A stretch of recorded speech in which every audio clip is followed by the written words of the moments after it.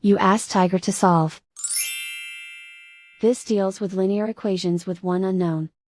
The final result is y equals -4. Let's solve it step by step. Group all constants on the right side of the equation. Subtract 5 from both sides. Group like terms. Simplify the arithmetic.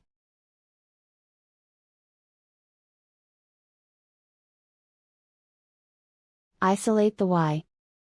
Divide both sides by 2. Simplify the fraction. Find the greatest common factor of the numerator and denominator. Factor out and cancel the greatest common factor.